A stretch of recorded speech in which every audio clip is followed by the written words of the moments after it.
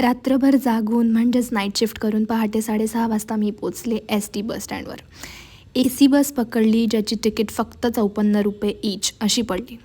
आणि मग जातो कुठे आहे तर आम्ही जातो आहे सावनेर बस स्थानकावर. काहीच खाल्लं नव्हतं पण भूक लागली होती म्हणून असं काहीतरी टाईमपास करत होतो.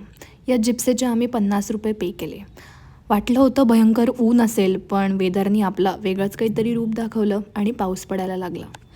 सावनेर बस स्टँडहून 30 किलोमीटरचा प्रवास करून आम्ही पोहोचलो जामसवळीला. येस, नागपूरजवळील व्हेरी फेमस हनुमान मंदिर.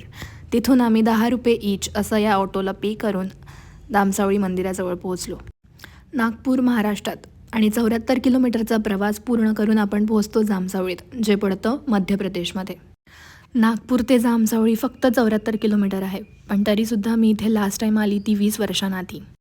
दर्शन घेतल्यानंतर प्रचंड भूक लागली होती म्हणून बाहेर आलो तर तुम्हाला अनेक दुकानं दिसतील जिथे तुम्हाला एकच खायचं ऑप्शन दिसेल ते म्हणजे कच्चा चिवडा. आणि मग हे खाना तो बनताही आहे. आणि मग भुक्कड प्रसादीतले असल्यामुळे एवढ्याने आमचं पोट भरणार तर नव्हतं म्हणून आम्ही अजून एक्सप्लोअर केलं तर आम्हाला भुईमुग दिसल्या. त्या भुईमुग घेऊन या गाडीत ठसा ठसा ठसून आम्ही नागपूरला परत यायसाठी निघालो.